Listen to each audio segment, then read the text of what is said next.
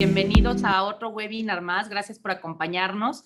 Pues bueno, el día de hoy estoy súper contenta de tener a Juan Carlos porque no saben lo difícil que es que nos haga el favor de venir a nosotros a platicar. Y no, ya saben. Gracias por la presentación tan linda. No, un gran amigo, colega, socio, ¿no? ¿Qué les puedo decir? La verdad es de que tenemos muchos años ya de estar trabajando juntos y últimamente hemos estado trabajando mucho sobre este tema, por eso decidimos hacer justamente este webinar, ¿no, Juan Carlos? Que hemos tenido problemas con los clientes y hemos tratado de solucionarlos, obviamente, en la mayoría de los casos a través de juicios, ¿no? Sí, correcto. De hecho, como tú bien sabes, Carla, yo hace más de un año y medio no sabía ni qué era un artículo 18 de reglamento. Tengo que decir que la primera vez que conocí ese artículo fue con tu libro, el libro que sacaste de Siroc, Satic, y ahí cuando lo tuve que leer, porque presenté tu libro, me acuerdo, en el IE, ahí empecé a analizar el artículo 18, conocía un poco sus objetivos y te vamos a hablar de él. Y luego tú el año pasado, justamente hace un año, en junio del año pasado, pues estábamos saliendo de la Cross Nacional, de este organismo en el que participamos tú y yo. Me parece que tú de manera muy inteligente entendiste que venía esta intención del seguro.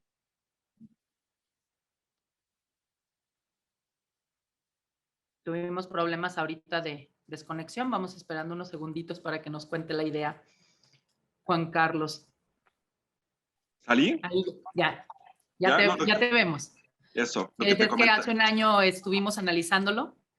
Sí, y que justamente hace un año tú tuviste la idea de verificar, tenías la impresión de que justamente iban a iniciar estos procedimientos de fiscalización y me invitaste para empezar a estudiarlos y pues al día de hoy más o menos tenemos más de 12, 14 asuntos relacionados con construcción, con unas mismas figuras, con unas mismas intenciones y sobre todo con un mismo modelo de proceder de la autoridad, tanto en su determinación como en su cobro, ¿no? Y en sus consecuencias. Entonces creo que era importante, después de más de 6 meses de experiencias, tratar de explicar a la gente qué hemos estado viviendo y cómo hemos tratado de resolver esas problemáticas, ¿no? Sí, que la verdad ha estado fuertísimo.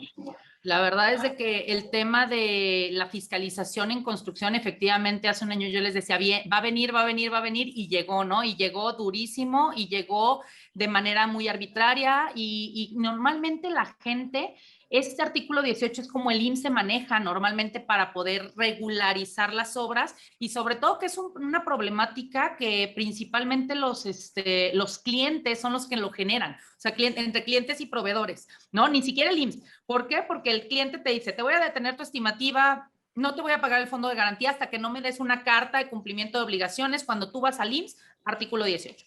Y entonces, bueno, esa es una manera, que es la forma, pues que solos vamos y nos ponemos al matadero y que ya veremos que hay otras opciones en algún otro webinar, ¿no? Pero el día de hoy, más que nada, enfocarnos a la otra parte. La otra parte es cuando llega la autoridad efectivamente aplicarte un artículo 18 y que en los últimos 6 meses han llegado como si fueran volantitos a todas las empresas y sobre todo a los principales, es decir, a los propietarios. ¿Por qué lo hacen con los propietarios? Pues porque son a los que encuentran y son a los que saben que tienen miedo, porque es su obra, ¿no? O sea, creo que de ahí partimos, ¿no, Juan Carlos? Sí, de hecho, a ver, yo cuando platicaba un poco del artículo 18 voy a tomar como ejemplo mi coto, digamos literalmente mi coto, porque yo como entiendo el artículo 18, Carla, es en el tema de que de las 40 casas que hay en el coto, me parece que solamente mi casa y la A12 somos los únicos que estamos registrados, somos los únicos que pagamos cuotas y somos los únicos que tenemos licencia de construcción y habitabilidad. El resto de las casas, yo tengo la impresión de que se las aventaron sin ningún tipo de autorización y estamos hablando de propietarios que tienen una casa que se levantó sin ningún tipo de cumplimiento. Y yo entiendo que este artículo 18, por como inicia, que es que el patrón no cumpla con sus obligaciones, está encaminado justamente a combatir estos actos muy dolosos de incumplimiento o de evasión de cuotas obrero-patronales. Entonces, el origen o la génesis de este artículo 18 va encaminado justamente a que si la autoridad identifica una obra de construcción que no se cumple ningún tipo de obligación de seguridad social, entonces se puede hacer una sanción estimativa que sea verdaderamente fuerte, digamos, en términos económicos, para tratar de evitar que se siga haciendo ese tipo de conductas. A mí me parece que el artículo 18, y voy a entrar un poquito en este tema, sí es un artículo que es pertinente en cuanto a su existencia. O sea, si me preguntas a mí, me parece que es pertinente. Porque luego todo el mundo dice, no, es pésimo. No, el artículo, si lo leemos en términos de por lo que busca, lo que pretende, se me hace un artículo muy pertinente porque justamente lo que trata es de neutralizar estos esquemas de incumplimiento total. y es una herramienta muy atractiva en términos de protección y neutralización. El problema también del artículo 18 es que es muy atractivo para tratar de abusar de él en su ejercicio. Porque en términos económicos es muy bueno para el Seguro Social, por dos razones. La primera es que, como hablamos de una presuntiva que trata de denostar una actuación dolosa de evasión, por un tema económico, evidentemente la consecuencia de ejercer esa presuntiva va a ser la más cara de todas. De todos los procedimientos que pueda tener el IMSS a su mano, el que va a salir más cuantioso por la misma naturaleza de lo que se está combatiendo va a ser el artículo 18. Entonces, necesariamente va a ser valioso. Sí, sí, sí. Fíjate que voy a retomar esto que estás comentando y si me dejas voy a compartir pantalla con 3 laminitas rápidas que quiero explicar antes de que entremos a todo el tema, ¿no? Hablando de qué habla específicamente este artículo 18, ¿no? ¿De dónde nace? Lo que estás diciendo ahorita, ¿no? ¿De dónde nace? ¿Por qué viene? ¿A dónde va? Bueno, pues rápidamente. ¿De dónde nace? Del artículo 15 de la Ley del Seguro Social, en donde el artículo 15 nos habla de las obligaciones de los patrones. En estas obligaciones de los patrones nos dice que es obligación de los patrones de la construcción expedir y entregar constancias de salario. Y luego en un siguiente párrafo, que yo lo resumí, porque no es lo único que dice el siguiente párrafo, nos dice, asimismo, deberán pagar cuotas obrero patronales, aun cuando no sea posible determinar a los trabajadores a quienes se les deba aplicar estas cuotas obrero patronales por el incumplimiento de las fracciones anteriores. Justamente, ¿de qué nace? Lo acabamos de decir, ¿no? De un incumplimiento, de una evasión. Entonces dice, nace de esta evasión, entonces, ¿cuáles son esas fracciones anteriores? Vamos rápidamente a ver qué es lo que tengo que atender. Estamos en la fracción sexta. Entonces, se está hablando de las primeras 5 fracciones. ¿Cuáles son? Yo me voy a enfocar en las primeras 3, que son registrarse e inscribir a tus trabajadores, llevar registros tales como nóminas y listas de raya, terminar cuotas sobre patronales. ¿Qué quiere decir? Demuéstrame que pagaste, eso es todo. O sea, demuéstrame que diste de alta a los trabajadores que construyeron y que las pagaste. Las otras 2 realmente son por un tema de fiscalización justamente, en donde me obliga a permitir inspecciones y visitas domiciliarias y que durante esas inspecciones o visitas domiciliarias yo estoy obligado a proporcionarle a la autoridad los elementos necesarios para precisar existencia, naturaleza y cuantía de las obligaciones. Que justamente en esto, Juan Carlos, quiero estar haciendo este preámbulo para que entremos en estos temas, porque ahí es en donde entra el abuso de la autoridad principalmente, pero también el desconocimiento de los patrones y por ello caer en un artículo 18, ¿no? Por un lado, la autoridad nos dice, proporcionar los elementos necesarios para precisar existencia, naturaleza y cuantía de las obligaciones. Si llega y te dice, soy el IMSS, quiero todo. O sea, yo necesito todo. Entonces, amplía de una manera extrema esto. Sin embargo, algo que tendremos que entender es que estos elementos o estos documentos que nos puede pedir van a depender de esto. ¿Qué tipo de acto de fiscalización te está haciendo la autoridad? ¿Es una visita domiciliaria, una revisión de gabinete, una inspección técnica, que son por ley y son por cualquier tipo de empresa y es una documental contable? O se está fundamentando y motivando en el reglamento del Seguro Social obligatorio para trabajadores de la construcción por obro tiempo determinado, que solamente le corresponden 3 actos de fiscalización desde el reglamento para la construcción.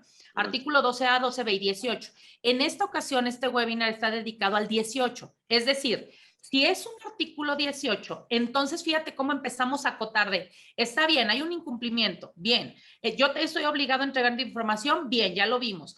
Pero en una fiscalización del 18, ¿qué estoy obligado a entregar? Y creo que ahí es justamente en donde nace toda la problemática, el entender esto, ¿no? Porque ¿qué hacen las autoridades? Las autoridades llegan y te dicen, yo quiero todo, ¿no? No sé qué opinas al respecto. No, y justamente qué bueno que sacaste estas láminas para que la gente también tenga el contexto de lo que estamos platicando. Yo lo que te decía es que se volvía un instrumento muy atractivo también si se ejerce en términos de abuso. ¿Por qué? De todos los procedimientos que tú ahorita pusiste, 42, 46, dice, el procedimiento que te puede llevar a un escenario de fiscalización y de cuantificación más fuerte es el 18 porque está 100% de una presuntiva. Es decir, sobre metros cuadrados mano de obra se genera el monto más amplio de contribución. Y lo segundo, de todos los procedimientos que pusiste, el que es más expedito en términos de costo de administrativo es el 18, porque se resume prácticamente en el requerimiento de los 5 días, que es lo que vamos a tocar ahorita, de la información que te piden para identificar cuantías, y después vienen los 6 meses para emitir la resolución. Entonces, prácticamente en 2 actos administrativos el Seguro Social puede emitir un crédito fiscal cuantioso. Entonces se vuelve irrentable incluso desde el punto de vista operativo. Entonces lo que yo digo es, el artículo 18 me parece un artículo que sí es importante, pertinente, pero su propia pertinencia lo puede ser un instrumento perverso en su ejercicio. Y lo que hemos nosotros identificado en las facultades es, ojo, antes de entrar, Carlos, al tema de si qué información presento o no, te voy a decir dónde yo encuentro la primera problemática. Y ahorita tú lo decías muy claramente. ¿Con quién llegan? Con el propietario de la obra. Ese propietario de la obra seguramente tomó un contrato con un contratista para que él se encargue de hacer la obra, ¿no? Sé que alguien más hiciera la obra en términos de artículo 5, fracción primera, que todos conocemos, que tienes un contrato de ejecución, ya sea de precios unitarios o de obra alzado. Y lo que hace el Seguro Social es que le asigna al propietario la calidad de patrón. Y aunque tengamos el contrato presentado y tratemos de desvincular la obligación del propietario frente a la obra en el pago de las cuotas, el Seguro Social desde ahí inicia el procedimiento. Y el error principal que hemos identificado, Carla, en varios asuntos es que déjate de qué información presento o no. Vamos a ver este escenario, antes de entrar al escenario de que sí, yo soy el propietario, yo construí. Pues, ¿qué pasa? Que el seguro llega, te pide la información, pero pues tú es imposible que la tengas porque tú no tuviste trabajadores a tu cargo. Eso tú lo delegaste a través del contrato famoso. Y en términos del artículo 5, se vuelve responsable y obligado directo ese contratista que tiene a sus trabajadores a su cargo. Y ahí inicia el procedimiento y es donde encontramos los grandes errores, porque la autoridad pues llega con Juan Carlos, que Juan Carlos le dio el contrato a Carla, Carla tiene sus trabajadores, pero llegan con Juan Carlos y le piden toda esta información para identificar naturaleza, cuantía y trabajadores. Pues a Juan Carlos le va a ser imposible cumplir porque no tiene esa información, ¿sí me va a entender? No la tiene. Y automáticamente se genera la presuntiva. Pero el problema no es tanto si tengo o no la información, el problema es que la autoridad se está saltando un paso antes. Es decir, ¿quién es patrón para efectos de este procedimiento de fiscalización? Y ahí es donde yo tengo básicamente de los 14 años que traemos, pues te puedo decir que 2 están encaminados a eso, que es que la autoridad le asigna la calidad de patrón en términos del artículo 18 a aquel que en realidad no tiene o delegó, digamos así, le asignó la obra o la ejecución a otra empresa y el Seguro Social descalifica el contrato y se va contra la empresa. Evidentemente ya estamos en una trampa imposible de cumplimiento porque yo no voy a poder presentar la información que me están pidiendo porque no tuve trabajadores a mi cargo. Que es justamente lo que hemos estado analizando en los últimos casos, ¿no, Juan Carlos? O sea que, a ver, primero me debiste haber preguntado, ¿no? O sea, básicamente, y si me dejas, voy a compartir rápidamente lo que nos dice aquí el 18, ¿no? O sea, primeramente lo que nos dice es, cuando los patrones no cumplan, entonces primero deberías de ver si yo tengo la calidad de patrón o no. Y ya después ver otra cosa, ¿no? Que es justamente parte del análisis que queremos ir como desmenuzando, ¿no? Primero me debiste de haber, sí requerido, pero requerido en la calidad de saber si soy patrón o no. Cuando yo te aclare que aquí tengo un contrato firmado con Juanito Pérez, que él fue quien realizó la obra, entonces se desvirtúa justamente lo que nos dice este artículo 5 que tú nos decías hace un momento, que si me permiten lo voy a compartir, ¿no? El artículo 5 fracción primera que nos dice que los propietarios de la construcción que directamente a través de intermediarios intervengan en las obras de construcción y dice se presumirá, ¿no? Aquí básicamente es la parte en donde nos establece que se presumirá la contratación se realizó por ellos a no ser que acrediten tener celebrado un contrato. Ahí nos lo establece, ¿no? Y si yo ya te acredité tener celebrado un contrato con un tercero, entonces se elimina la presuntiva. Yo ya no soy patrón, el patrón es el tercero. Entonces ve y revísalo, fiscalízalo y solicítale ahora hacia él todo lo que pudiera llegar a ser el artículo 18 en todo caso, porque parte de donde nace el artículo 18 no solamente es en si yo tengo no trabajadores y demás. El IMSS ahorita, ¿de dónde se está partiendo? Está partiendo de decir, oye, tú eres el dueño de la obra y no está registrada por ti. Oye, exacto, yo no la registré, pero la registró Juanito porque él se hizo responsable como contratista. El mismo fracción segunda del artículo 5 nos dice que el contratista lo podrá hacer. Incluso en el quinto, último párrafo, nos dice quiénes son responsables de la obra, el propietario o el contratista. Entonces te está diciendo, ¿y por qué el contratista? Pues porque yo te estoy demostrando con un contrato que yo no lo hice y se lo derivé a un tercero, ¿no? Correcto. Y aquí el tema importante es que el seguro es donde tenemos como ese pequeño error, porque el seguro piensa que lo que detona la presunción es que no presento la información. Y no es así. La presunción se detona por un incumplimiento de obligaciones de aquel que conforme al reglamento se le asigna la calidad de patrón. Entonces, antes de empezar el debate, y fíjate, el problema es que como son formatos preimpresos, literalmente los mismos créditos, los créditos son preimpresos. Básicamente agarran los mismos formatos y al final solamente cuantifican los adeudos. Incluso a veces hasta hay errores en la cuantificación de adeudos porque es un mismo formato. Donde está la parte más importante es al inicio de los formatos que nadie revisa, porque ahí es donde está el origen del tema. El seguro asegura, tú eres un patrón dedicado y tú contrataste a trabajadores para esta obra. Desde ahí empieza el seguro con esa apreciación. ¿Qué es lo que hacemos? Presentamos el contrato diciendo, es que yo no tuve que contratar trabajadores para hacer la obra. Yo no soy el sujeto elegible para este procedimiento. El sujeto elegible es a quien yo le asigné la obra. Y desde ahí empieza a desvirtuarse el propio procedimiento.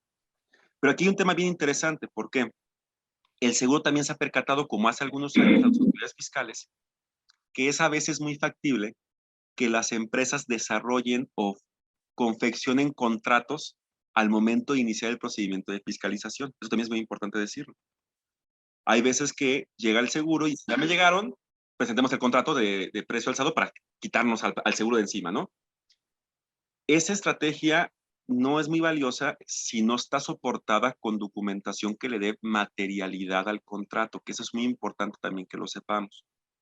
Mucha gente va a decir, es que está el contrato. No solamente funciona el contrato, tú lo hemos visto yo, Carla. Te necesitamos presentar ese contrato, pero también tenemos que tener la evidencia contable y corporativa que le dé materialidad y fecha cierta al contrato. Eso es muy importante. Porque yo he visto mucha gente que presenta los contratos y con eso piensa que se va a ganar el asunto y actualmente no. No solamente tengo que presentar el contrato, tengo que demostrar que el contrato se ejerció, que tiene fecha cierta y que en consecuencia, al existir esta vinculación y yo delegar a los trabajadores a ese otro patrón, ahora sí podemos decir, yo no soy elegible para el procedimiento del 18. Y desde ahí empezamos a combatir la instrumentación del procedimiento. Porque si entramos al debate de decir, oye, te entrego la información y si no te la entrego me ejerces la presuntiva, estamos debatiendo en el escenario del IMSS. Pero el escenario tiene que ser previo. ¿Soy patrón o no soy patrón? Y la segunda pregunta que tenemos que hacer es, ¿incumplí o no la totalidad de mis obligaciones en términos del reglamento y de la ley? Si no se cumplen las dos causales, me parece que es muy endeble el procedimiento de fiscalización. O sea, la presunción se está iniciando de manera incorrecta, independientemente del requerimiento. No sé si estoy siendo claro. Sí, por supuesto. Y quiero yo ahí hacer una acotación de lo que estás diciendo, porque la gente que a lo mejor ya está aquí, ha estado en alguna plática o en algún curso conmigo, ya yo les digo, ¿no? Con un contrato te defendemos, pero luego creen que literal con un contrato nada más, ¿no? O sea, con un contrato te defendemos. A lo que me refiero ahí es, no es necesario, si el otro se registró, no registró, pagó, no pagó, no es tu bronca. Pero el contrato conlleva, como bien dices, y lo hemos demostrado en peritajes que ya nos ha tocado realizar, ¿no? Digo, a mí me ha tocado ya realizar ciertos peritajes en donde, a ver, el contrato debe tener esa materialidad que estás diciendo y lo quiero resaltar porque no solo es el contrato, es que me demuestres que el contrato se ejecutó y para ello tendría que traer una coincidencia, además una congruencia fiscal, porque luego, ¿qué pasa? Yo tengo un contrato de 5 millones, pero tengo facturas de 3, pero entonces tengo estimaciones de 1 y entonces, a ver, espérame tantito. Tendrá que haber una congruencia entre los contratos, las estimaciones, la facturación, los registros contables, las transferencias realizadas, o sea, la materialidad del contrato. Ahí sí se defiende, ¿cierto? Aunque el tercero que tú contrataste no haya cumplido. Y si él no cumplió, por eso el IMSS tiene sus facultades de comprobación para justamente ir y a ellos sí aplicarles un artículo 18 si es necesario. Oye, pero no pagó porque ¿qué dice el IMSS? No, pero es que no me va a pagar, pues embárgalo o hazle lo que te dé la gana, ese no es mi bronca, o sea, ahí ya no es mi asunto. Justamente la responsabilidad solidaria que marca el artículo 5 en el último párrafo dice, la responsabilidad se termina cuando yo te muestro el contrato. Por eso es cuando yo hablo de con un contrato se te defiende, pero insisto con el tema de la materialidad, ¿no, Juan Carlos? Que es básica. Sí, yo creo que, a ver, y eso se me hace una acotación muy interesante, ¿no? Como dices tú, ¿el contrato te defiendo? Sí, sí te contiendo con el contrato, pero no te vayas a la acepción más sencilla, que el contrato en físico. Contrato es porque existe la relación comercial y el contrato lo puedo materializar y justificar su objeto. Correcto. Actualmente en materia litigiosa, el escenario de materialidad es aplicable a todos los escenarios. O sea, el requisito de materialidad se aplica a todos, no solamente al SAT, se le aplica al IMSS, se le aplica al Infonavit, porque actualmente el tribunal se ha percatado de este tema de la confección, que de pronto surgen los contratos, de pronto surgen y ese tema ha generado la necesidad de que como abogados presentemos la existencia del contrato y la información que le da cuenta de su objeto. Si tú tienes esa información, me parece que si el seguro llega contigo, te asigna la calidad de patrón y afirma que tuviste trabajadores a tu cargo, ese contrato documentado con soporte, me parece que empieza a mermar la facultad como tal, la empieza a eliminar. Desde el requerimiento ya sin debido, por la falta de indebida apreciación. El seguro asegura que yo soy patrón de los trabajadores cuando le estoy demostrando que yo no soy, es un tercero. Hay mucha tendencia de las autoridades, y lo vemos, por ejemplo, en la reforma de subcontratación de la que tanto hemos hablado, que ya que también estamos un poco cansados de tanta subcontratación. Pero el punto es que si se dan cuenta, en la subcontratación hay un modelo de corresponsabilidad que las autoridades han querido ejercer mucho, Carla, que es que si yo estoy vinculado, digamos que si tú y yo estamos vinculados como patrones y tenemos trabajadores, la ley empieza a generar este esquema en el que yo te fiscalice a ti, y si tú no cumples, a mí sí me sanciona la ley. Por ejemplo, lo vemos en tema de subcontratación.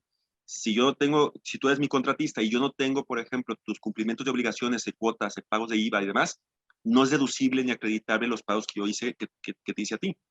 Eso es un esquema que se está buscando. Y las autoridades han buscado de manera constante hacer esa vinculación como de corresponsabilidad.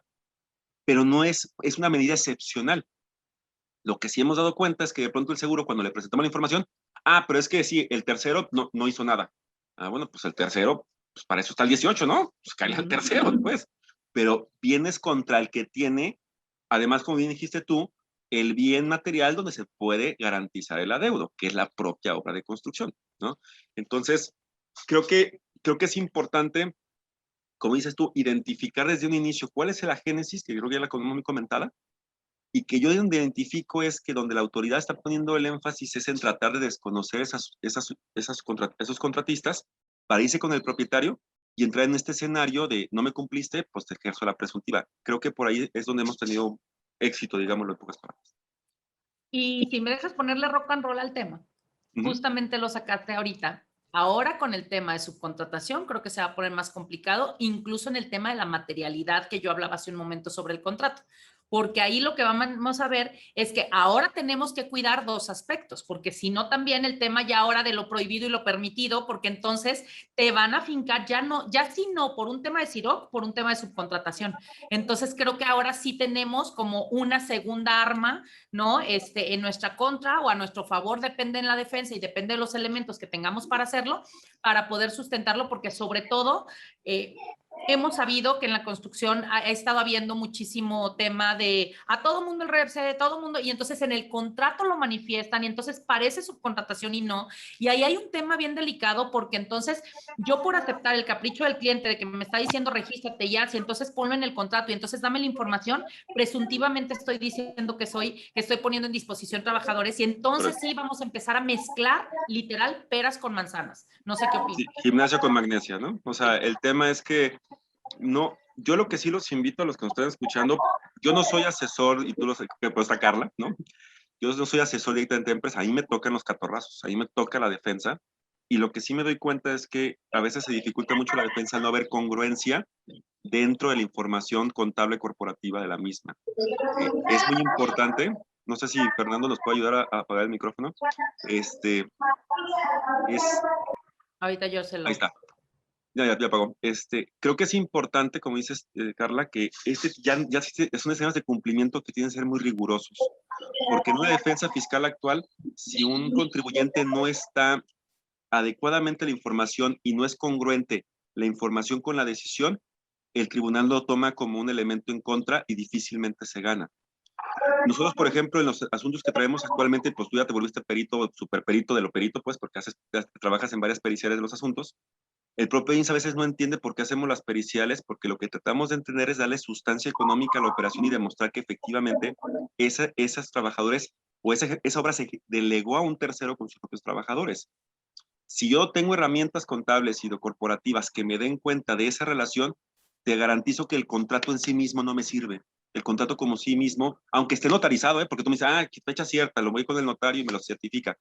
No me es suficiente porque el contrato por sí mismo no es un elemento de prueba idóneo para desvirtuar esa presunción que dijimos, que por ser propietario se presume que yo contraté a los trabajadores. necesito la prueba en contra, que es el contrato. Si el contrato no tiene sustancia, va a ser difícil. Y si la regulación actual hace más difícil la especialización y todo el tema, ahora más que nunca se necesitan controles para lograr esa armonía, digámoslo así, entre la decisión y la ejecución, ¿no?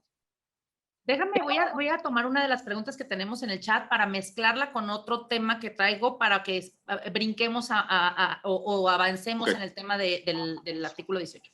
Nos dice Iris Casandra, ¿qué tal? ¿Cómo estás, Iris? Si se cuenta con el contrato donde señala que se subcontrató toda la obra, pueden multar el IMSS si no se presenta la información que solicitaron al dueño del terreno, en el ejemplo que llega a solicitar toda la documentación y no al constructor que se subcontrató, y voy a mezclarlo con algo antes de que contestemos.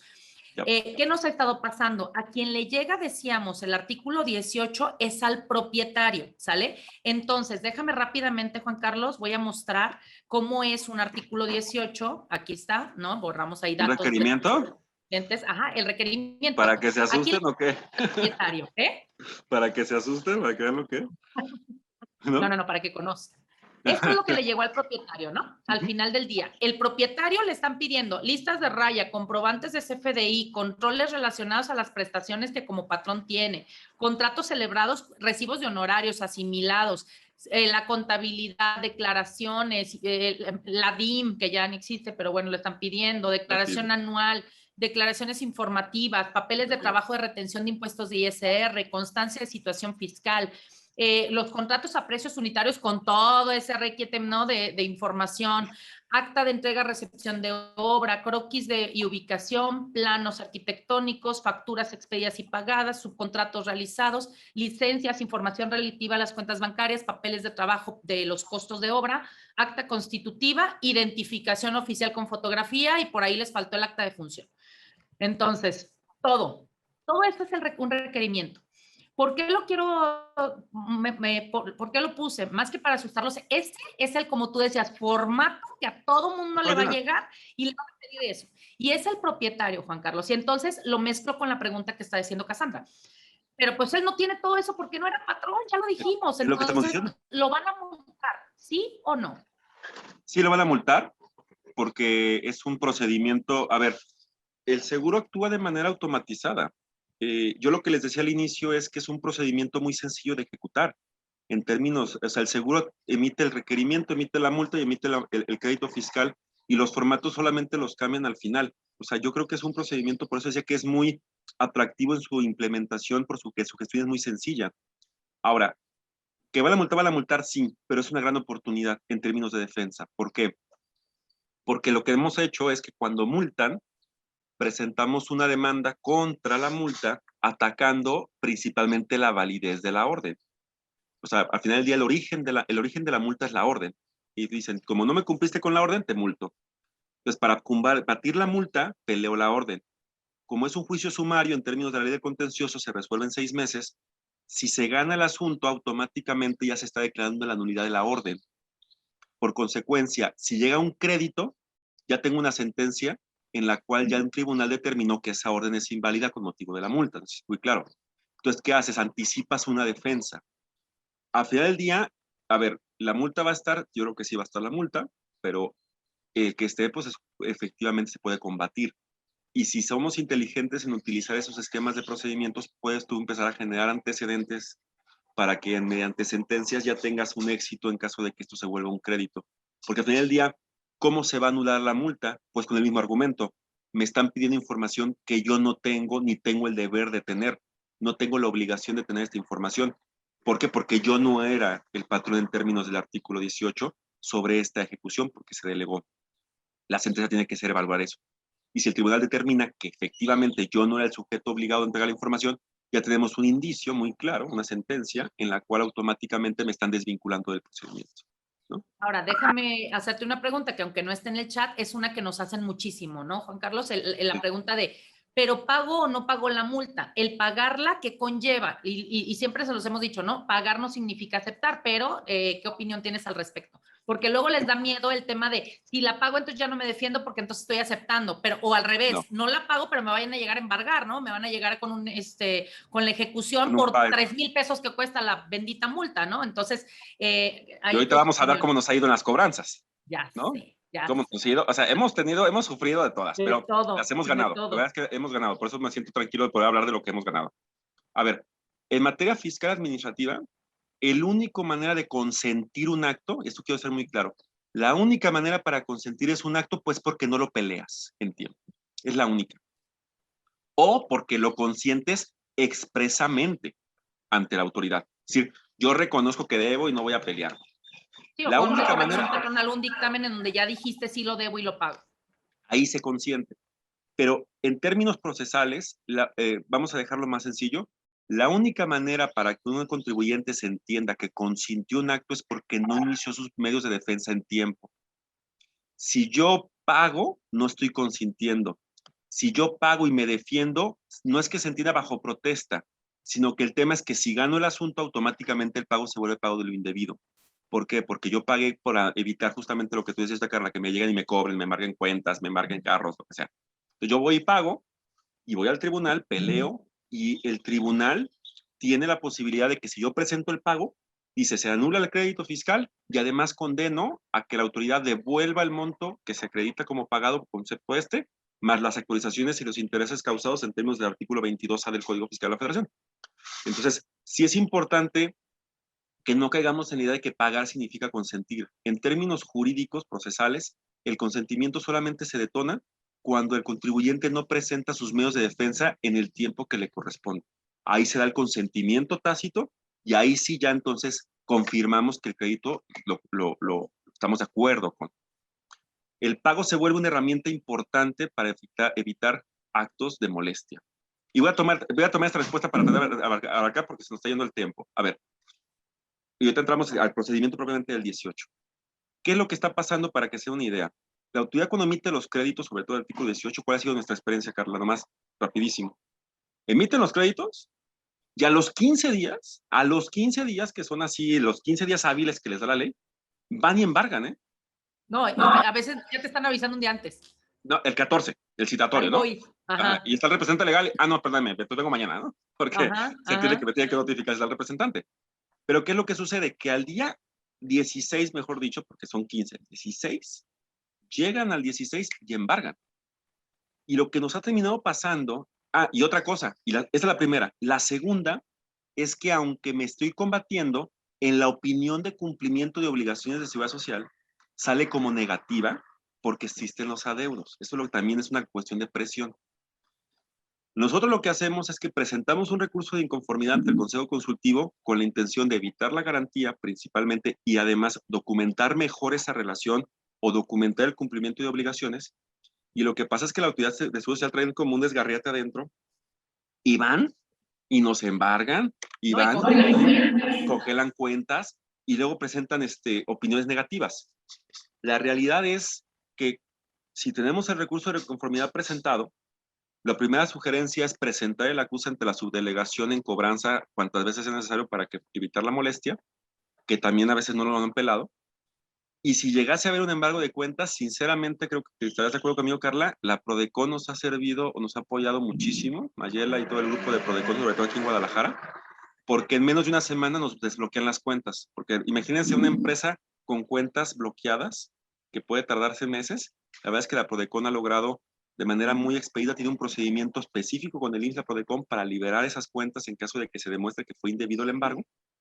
Y en el otro caso del cumplimiento de obligaciones de la opinión, hay un procedimiento de aclaración ante la propia subdelegación, que también ya lo hemos hecho Carla y yo, y que en una semana, si la opinión es negativa, se vuelve positiva. Es decir, sí existen los instrumentos para que la opinión cambie de negativa a positiva porque el crédito no está firme, está peleado y como no está garantizado porque estamos en recurso de inconformidad, es factible que se haga positiva. Pero lo que digo es que hemos tenido esta experiencia de que hay una intención del seguro de al día 16 cobrar. Tenemos que estar muy cuidadosos de cómo responder y sobre todo utilizar mucho este tema la Prodecon en caso de que exista una arbitrariedad porque sí responden rápido, ¿no? Sí, digo, yo quiero aprovechar para de verdad agradecer a Mayeli y a todo el equipo de trabajo de Prodecon y no solo aquí en Jalisco, en todo México realmente se han vuelto nuestros mejores amigos. Pero y con independencia de eso, quiero, antes de avanzar, Juan Carlos, tú hablabas hace un momento que una prioridad es que no se nos vayan los plazos. Por lo tanto, quiero recordarles los plazos que tenemos. A partir de que te llega la notificación, nosotros tenemos a partir del día siguiente 15 días hábiles para el recurso de inconformidad, 30 días hábiles para el procedimiento contencioso. Entonces, tengamos cuidado con los plazos. ¿Qué nos ha llegado a pasar? Y no me dejará mentir Juan Carlos, ¿no? Un día antes estamos preparando, porque un día antes nos dijeron, sí me quiero ir a la defensa, ¿no? Entonces digo, está bien, pero nos ponen a parir chayotes un día antes, juntando información, haciendo mil cosas para poder contestar, porque, ojo, también insistimos, el tema de la defensa no es nada más en Chilameotri, y nosotros en lo particular, al menos nosotros no tenemos formatos, ¿no? O sea, realmente se hace una defensa pensando en cada una de las cosas. Entonces sí será bien importante que tomen sus precauciones con los tiempos y no los dejen pasar. Busquen al abogado en tiempo, o sea, realmente comuníquense, analícenlo para que tengan esos 15 días para poder tener información sobre todo eso, porque sí hemos tenido casos en los que ya el recurso ya ni se puede meter porque nos llegaron hasta el día 20, ¿no? Y a lo mejor se nos quitó una oportunidad de hacer una situación más. Adicional a esto, ahora sí entrando un poquito más de lleno, Juan Carlos, al tema del procedimiento, pues ya vimos 22 puntos que nos piden. Perdón, Caro, nomás déjame contestar una pregunta. Me pregunta Alejandro, ¿te pueden congelar la totalidad de la cuenta solo el importe del crédito fiscal? En términos del Código Fiscal de la Federación, perdón, nomás más para corregir esa respuesta. En términos del Código Fiscal de la Federación, solamente te deben de embargar el importe del crédito fiscal, pero el seguro difícilmente lo cumple, ¿eh? O sea, el seguro a veces manda el oficio y se embarga toda la totalidad. Ahí se tiene que presentar un escrito ante Prodecon y además un escrito de revocación ante el seguro para solicitar que se libere la parte que no es garantizable del crédito. Pero no, por ahí va, ¿va? De hecho, antes de también avanzar, hay una pregunta que se nos quedó atrás de Elsie. ¿Qué pasa cuando hay un contrato, pero el cliente decide pagar en efectivo y no de manera fiscal? A ver. ¿Qué opinas? El tema, olvidémonos, es que se puede ver de dos maneras. Un tema en temas fiscales de cumplimiento, que no es nuestro tema, sino más bien en temas probatorios. O sea, nosotros queremos probar la materialidad para efectos de demostrar que yo no era el patrón de la obra. Ya el efecto fiscal es otra cosa. El problema es el tema probatorio. ¿Cómo demuestro que se pagó en efectivo? Si yo logro llamar a un testimonial y decirle al cuate que le pagué, ven frente a nosotros y frente al tribunal, manifiesta que te pagué y demuestra y empiezo a generar evidencia de que existió la relación comercial. Es el punto. O sea, olvídense de que fue indebido que se pagó en efectivo y que seguramente el cuate que le pagué en efectivo no declaró el ingreso. Yo tampoco declaré la deducción. Olvídense de eso. El tema es que el pago es un elemento central para darle materialidad a la relación entre las personas. Al no haber una transferencia, pierdo la posibilidad de acreditar esa relación comercial de manera directa, como sería nomás el documento de la transferencia. ¿Qué necesito entonces? Más evidencias. La ley me da muchos tipos de evidencias. Puedo hacer testimoniales, puedo hacer pericial, puedo hacer muchas cosas que la transferencia la perdí, pero puedo acreditar puedo acreditar la relación comercial. Es a lo que voy. Insisto, no me meto el tema de que si hay una defraudación y todos esos temas. Yo me estoy yendo a la materialidad de la relación comercial. Tendríamos que acudir a otros medios de prueba. Y ahí no sé si está el problema, que la persona que le pague tendrá que ante notario o ante el tribunal, en una testimonial, tendrá que declarar ante un órgano jurisdiccional que efectivamente recibió 10,000 pesos, que son aportaciones, acuérdense, aportaciones o préstamos, a lo que le entendió que bueno. El tema es que yo tendría que manifestar frente a un tribunal que recibí ese ingreso, y evidentemente pues se hace una prueba documental pública, que si cualquier otra autoridad llega y me dice, oye, no me pagaste impuestos, pues se hace un problema.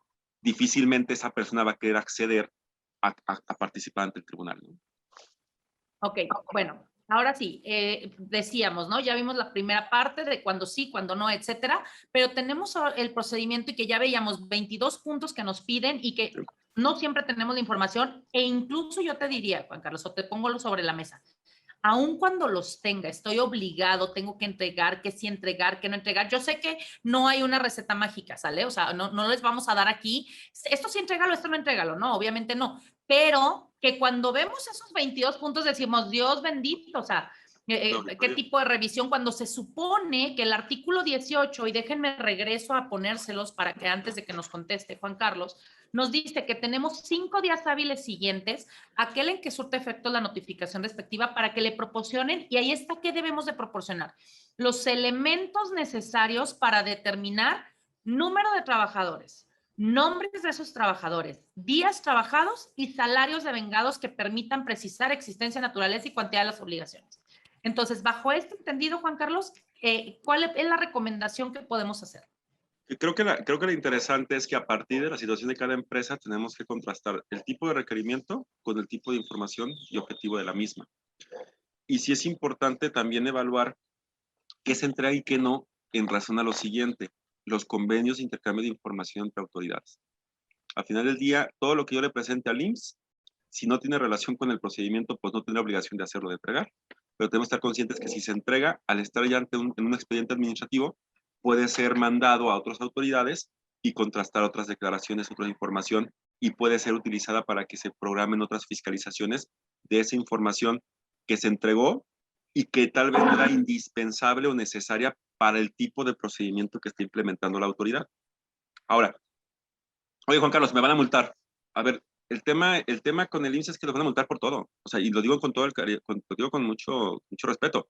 O sea, no quiero que me multen. El IMSS te va a estar multando porque el IMSS si no hace lo que, si yo no hago como el manualito del IMSS quiere, nos van a estar multando, pero para eso también está la defensa, pero también tenemos que cuidar el tema de riesgo. ¿Qué me interesa presentar y qué no me interesa presentar? Yo estoy al 100, no tengo ningún problema, pues presenta todo. Oye, tengo problemas porque estas situaciones o porque no prefiero no ocultar, prefiero no entregar esta información de momento, tenemos que evaluar la manera de contrarrestar el requerimiento de información con el objetivo de la facultad. Y hemos logrado nosotros estar presentando escritos en los que se hace el cumplimiento y se demuestra el por qué no es obligación de la empresa entregar esa información. Ahora, también es cierto que se presente la información, porque ya hemos tenido casos, Carla, o no se presente, llega el mismo crédito, ¿sabes? O sea, al final del día ya está demasiado programado el procedimiento y yo no he conocido al día de hoy un procedimiento que al momento de presentar la información diga al IMSS, yo ya me detengo, efectivamente, y me voy. Yo no he encontrado un procedimiento así. A mí lo que me ha sucedido es que tanto hemos presentado información completa como hemos presentado información parcial, como no se ha presentado información, porque nos tocado asuntos en los que ya están los créditos determinados, y entonces hay crédito. O sea, al final del día la autoridad fiscal ya tiene la obra, ya conoce los metros de cuadrados de construcción y ya se va a la tablita y empieza a aplicar y ya tiene su crédito predeterminado. Aquí lo que quiero dejar en claro, ahorita antes de entrar al tema de la cuantificación, es el procedimiento, porque se está yendo el tiempo, qué rápido se está yendo el tiempo, ya vamos por la hora. Bueno, ojo, la autoridad te da 5 días para presentar la información y luego tiene 6 meses para emitir un crédito. Eso es bien importante. Oye, Juan Carlos, esos 6 meses no están en el artículo 18 porque vamos a seguir avanzando. Esos 6 meses no están en el artículo 18 porque están en el artículo 50 del Código Fiscal de la Federación. Hubo un tiempo en el que se combatió que este artículo 18 era inconstitucional porque no tenía un plazo para que la autoridad emitiera una resolución. Y lo que dijo la Corte es, no hay problema, manda los 6 meses del artículo 50 del Código. Entonces, básicamente lo que sucede es que me meten el requerimiento de información, me dan 5 días, me llega la multa o no llega multa dependiendo del cumplimiento, y a partir del día 6 inician los 6 meses para que la autoridad determine un crédito fiscal. Hay muchas veces que las empresas presentan la información, nos ha pasado, y ya dicen, pues ya no me está molestando, entonces ya no hay problema. Y les llega el crédito fiscal así el día tal, y se asustan porque evidentemente, insisto, de todos los procedimientos de fiscalización, este me parece que es el que genera mayor cuantificación de adeudos, porque todo es presuntiva, o sea, al 100% y sobre montos presuntos, ¿no? Entonces, más o menos también explicado un poco el procedimiento de manera breve. No sé si fue claro. Y en su gran mayoría de los casos se ganan. ¿Por qué se ganan? Porque justamente hay vicios dentro de los procedimientos del IMSS, ya los venimos explicando desde el inicio, pero sobre todo, insisto en puntualizar un par de cosas. Efectivamente, como dice Juan Carlos, tenemos los casos en donde entregamos el 100%, la mitad, nada, y en todos exactamente tuvimos el mismo resultado. El IMSS está valiendo y está emitiendo los créditos. Eso es algo que nos está pasando en los últimos 6 meses. ¿no? Entonces, como se lo contestes. Sin embargo, entonces me dirán, entonces da igual cómo conteste. No, No, porque tu defensa va desde la contestación de este artículo es 18. correcto. Ojo. Entonces, quiero puntualizar eso, porque hay quien luego nos dice, bueno, entonces, pues, nomás digo, no entrego, o nomás no entrego, o nomás le pongo, no, gracias, ahorita no quiero, o sea, le ponen lo que quieran, lo hacen sin tener la asesoría correcta y para Correcto. cuando requieren el juicio, porque ya llegó el crédito, el primer elemento de prueba ya lo pudimos, bien, desperdiciamos un elemento de prueba. No digo que ya por eso vayas a perder un caso, pero entonces lo vas a dejar un poco más endeble. No sé qué opinas al respecto, Juan Carlos. Total, a ver, es que es el tema, porque luego a veces decimos cosas y no logramos ser tan precisos. Yo no estoy diciendo que cumplir o no cumplir es lo mismo. Lo que estoy diciendo es que la autoridad, por regla general, una vez que programó, ejerce y determina. O sea, es un tema de una actividad irregular por parte del seguro, lo que estoy diciendo. Pero lo que tú dices tiene toda la certeza. Es muy diferente para efectos procesales y de defensa, Carla, que yo presente la información en el requerimiento a que por arte de magia lo presente hasta el juicio, porque generas una duda o una sospecha de por qué no lo presentaste antes y por qué lo presentaste después. Y para efectos de un tema de sensibilidad judicial es muy diferente, es decir, yo desde el principio presenté y expliqué la razón y el seguro no le importó, a que lo tenga que presentar hasta el recurso de inconformidad ya que tengo el crédito y decir, oye, es que hasta te estoy informando lo que le pude hacer antes. Creo que es muy importante la acotación. Yo no estoy diciendo en este escenario de que no cumplas porque te van a determinar. No, lo que estoy diciendo es que hay una actuación irregular, pero como bien comentas tú, es mucho más probable tener una solución exitosa en términos jurisdiccionales y se lleva a juicio si desde un inicio se atiende y se le da sentido al procedimiento y se le asigna una lógica de defensa propia desde el inicio. Porque luego sucede que hemos tenido procedimientos en los que la respuesta o es endeble o no es acorde a una estrategia de éxito y después cuando llegamos a la defensa nosotros, pues ya estamos defendiéndonos incluso contra nuestras propias respuestas, ¿no? Entonces eso se vuelve a veces muy, muy complejo de ganar o muy complejo de resolver. Incluso, Juan Carlos, se puede contestar, esto no te lo entrego, pero también hay que saber cómo contestar el no te lo entrego. O sea, hay que justificar el por qué no, cuáles son las condiciones, los artículos, fundamentarlo, etcétera. Eso que creo que es básico. No significa que entonces entregues todo. Hace rato ya Juan Carlos lo decía, no puedes entregar o no, pero la contestación es la base de la defensa, ¿no? Y entonces entendiendo esto, ya tengo el requerimiento, ya lo contesté, ya el demás, ¿no? Se fue el crédito, nos vamos al juicio, pero vámonos ya para ir cerrando este tema el día de hoy. ¿Qué hacer al respecto, no? Como conclusiones, como recomendaciones, ¿qué es lo que tenemos que cuidar? ¿Qué es lo que tenemos que atender? ¿Qué tendríamos que haber hecho previo? Y yo aquí antes de darte la palabra, Juan Carlos, voy a acotar un poquito respecto a controles internos. Muchas empresas, Totalmente. de verdad, perdón, pero pecan de no tener nada, ¿no? O sea, de no hacer controles internos, siguen actuando como empresas de hace 20 años en donde ahí se la llevan como Dios nos dé entender, no están llevando documentalmente procesos, no están separando en las cuentas contables las obras, no están teniendo un control en las nóminas de dónde están los trabajadores, no están asignando a los trabajadores en el SUA. Les voy a recordar rápidamente cuáles son las obligaciones que sí marca el reglamento. Hay que registrar la obra, hay que presentar avisos bimestrales, hay que presentar el aviso de término, hay que presentar la asignación de los trabajadores en el SUA y hay que presentar incidencias. Básicamente las resumo en esas 5 obligaciones. Esas 5 obligaciones sí las tienes. Entonces, si las tienes, tienes que tener realmente los elementos. Artículo 8 del propio reglamento. Necesitamos llevar un control por cada obra por separado.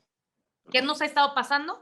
Que no cumplen con nada de esto y a la hora de la defensa, insistimos, no es de que ya todo esté perdido, pero entonces tú solo te pusiste piedras en el camino porque no nos estás dando elementos para poder apoyarte en la defensa, ¿no?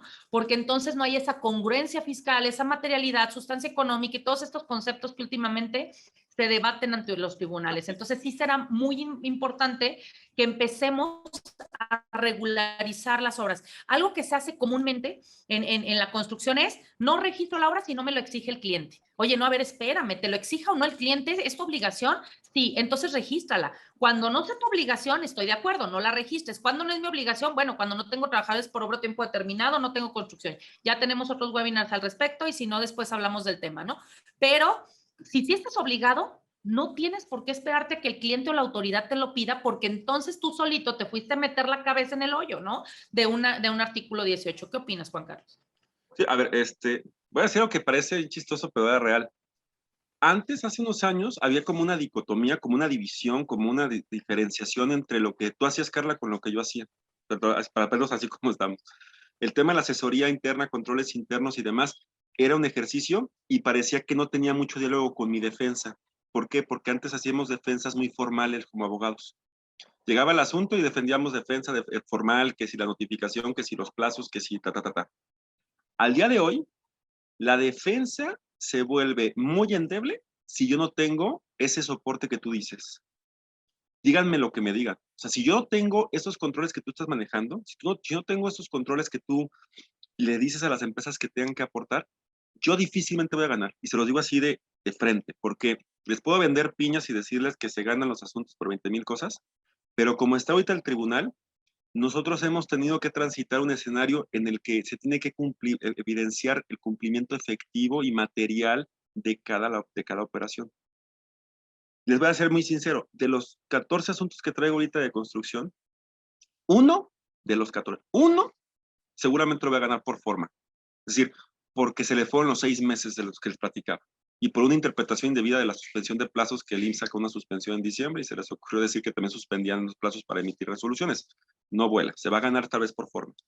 El resto, yo sinceramente estaría muy preocupado en ganarlos, sino es que gracias al apoyo con Carla y el apoyo de la empresa que entendió que teníamos que hacer un análisis muy exhaustivo y presentar información incluso de periciales para soportar efectivamente que yo no era patrón o que efectivamente se cumplieron con las cuotas o que efectivamente, pero eso yo, Juan Carlos, no lo puedo resolver como abogado litigante. Eso yo no lo puedo sacar. Necesito que la empresa me dé esos insumos. Y si no tengo esos insumos, yo sinceramente se los digo, es muy difícil ganar, ¿eh? Actualmente es muy difícil ganar. Entonces, ahorita el compliance interno para efectos procesales es un elemento, es la prueba idónea para mí. O sea, el compliance se vuelve el instrumento idóneo para la prueba que me ayudará a ganar. Y si yo no tengo esa evidencia material, les digo, vean los sentencias de los tribunales, vean las jurisprudencias actuales. Yo vivo de esto y les puedo asegurar que es dificilísimo ganar si no tenemos esos insumos, ¿no? Por eso nos hemos vuelto la mancuerna perfecta, amigo, ¿no? Preventivo, No correctivo. trabajamos tanto. Entonces, Sí, sí, sí. No, es que sí, la verdad es que se ha vuelto un tema de trabajo en conjunto por eso. Porque anteriormente, te digo sincero, Carla, hace 5 o 6 años era yo muy independiente en mi trabajo porque yo podía ganar mis asuntos por mis propios argumentos. Pero actualmente, aquí está Gabriel también, que es también un gran asociado mío con el que trabajo mucho. Actualmente es difícil como un abogado gane si no conoce la operación, y eso también se lo digo a todos los clientes, a todos los que están escuchando. No le crean al abogado que toma un asunto sin haber analizado a fondo su operación, su documentación soporte y su viabilidad. Si hay un asunto agarra a un abogado y lo revisa y les está cotizando sin revisar ni siquiera las tripas de la empresa, yo les diría, no le crean. Porque actualmente, si yo como abogado no tengo ese conocimiento de la empresa y esa documentación soporte con esos controles internos, Juan Carlos no toma los asuntos, ¿eh? Yo no los tomo, porque no voy a tomar un asunto sabiendo que las probabilidades de éxito están sumamente reducidas, ¿sabes? sí, claro.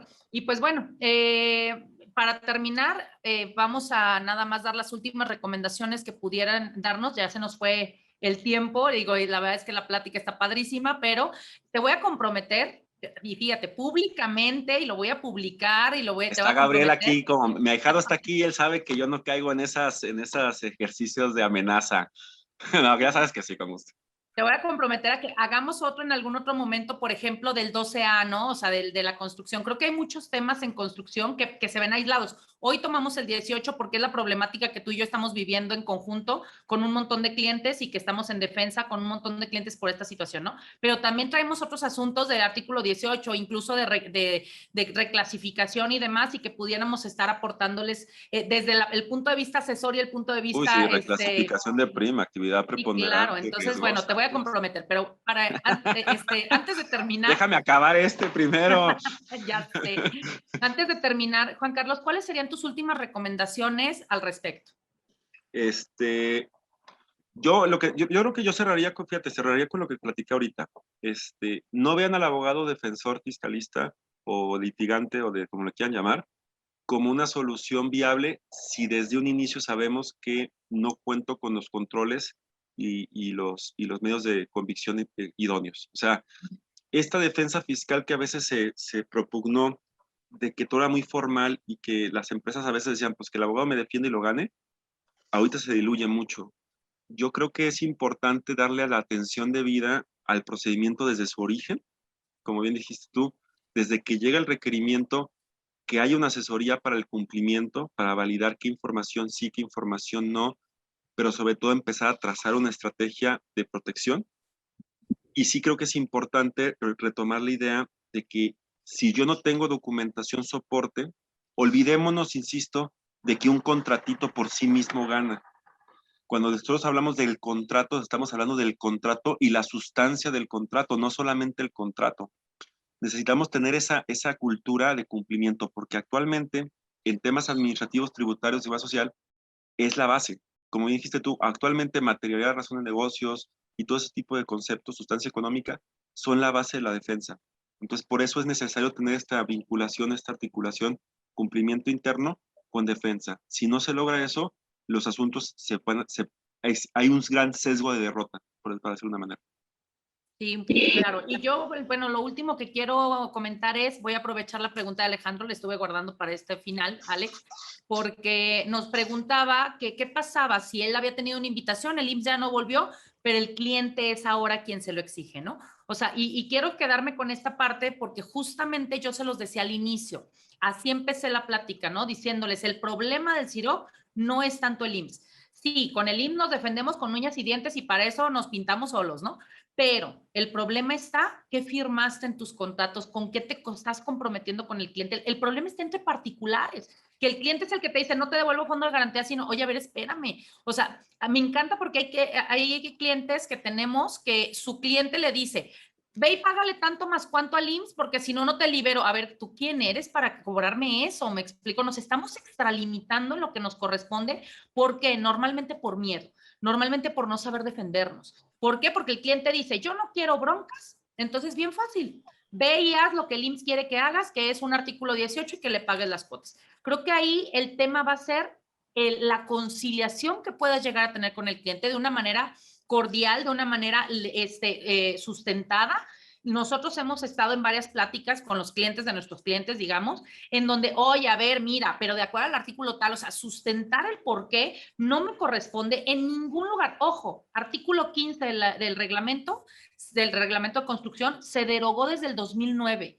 ¿Qué hablaba este artículo quinto del finiquito de obra? Y entonces se quedaron tan clavados con un tema de finiquito de obra que hasta la fecha me quieren pedir un documento a base de finiquito de obra para quedarme tranquilo. Eso ya no existe, señores. Dejemos de hacer esto, dejemos de tener estas prácticas entre nosotros, porque lo que estamos provocando es más corrupción. Entonces, lo que sí les recomiendo es, para cerrar, controles internos. Creo que ya lo he dicho mucho. Hoy la base, y lo está ratificando Juan Carlos, la base son los controles internos. La base está, ¿qué hiciste desde el día 1? O es más, desde el día 0 de que vas a empezar una obra. ¿Cómo la vas a ir? ¿Cómo la vas a ir armando y cómo vas a ir articulando todos esos elementos para que llegues a un buen fin en el término de la obra y que al final de que termines y llegues a tener una situación de riesgo, tengas todos los elementos para que te puedas defender ante las autoridades, ¿no? Creo que eso es lo que yo más resaltaría. Y pues bueno, muchísimas gracias, Juan Carlos, por habernos acompañado. La verdad es que siempre es un deleite escucharte y estar contigo. Y muchísimas gracias a todos los que nos acompañaron. Acuérdense que cada semana estamos procurando tener webinars. Ya estamos teniendo la programación de los siguientes cursos de la mitad del año siguiente y seguramente en estos webinars Juan Carlos nos estará acompañando un poquito más para que hablemos de estos ya déjame temas. Ir, no te creas, ya sabes que, no, sabes que la verdad es que es un gusto, sobre todo creo que la intención principal es, este tipo de webinars son muy interesantes porque las pláticas así de diálogo sin tanto faramaya académica ni demás se vuelven mucho más productivos para la gente. Entonces, correcto. Para mí la verdad es que fue una plática de una hora que disfruté mucho y esto sí es algo que me parece pertinente y con gusto. O sea, si hacemos ejercicios así me parece muy pertinente, muy buena idea. Muy bien, pues muchísimas gracias. Gracias a todos por acompañarnos, por estar con nosotros. Veo muchas caras conocidas, amigos. Muchísimas gracias por estar aquí y nos vemos en el siguiente webinar. Déjenos sus comentarios de qué más quieren que estemos platicando en estos webinars. La verdad es de que en el despacho ha sido una tarea el estar trayendo estos webinars, porque como bien dice Juan Carlos, creo que estas dinámicas nos aportan a todos. La verdad es de que creemos que es la forma en que crecemos y en que vamos mejorando incluso procesos internos de cada uno de nosotros, pero también el escucharlos, el que también en ocasiones ya ha pasado que nos debaten, también es bueno, ¿no? Es positivo, es crear una mesa de diálogo con todos ustedes para llegar a conclusiones al final del día. En el camino andamos todos y les agradecemos muchísimo por siempre estarnos acompañando. Muchísimas, muchísimas gracias, Juan Carlos. Nos Ya vemos sabes, que un pronto. gusto.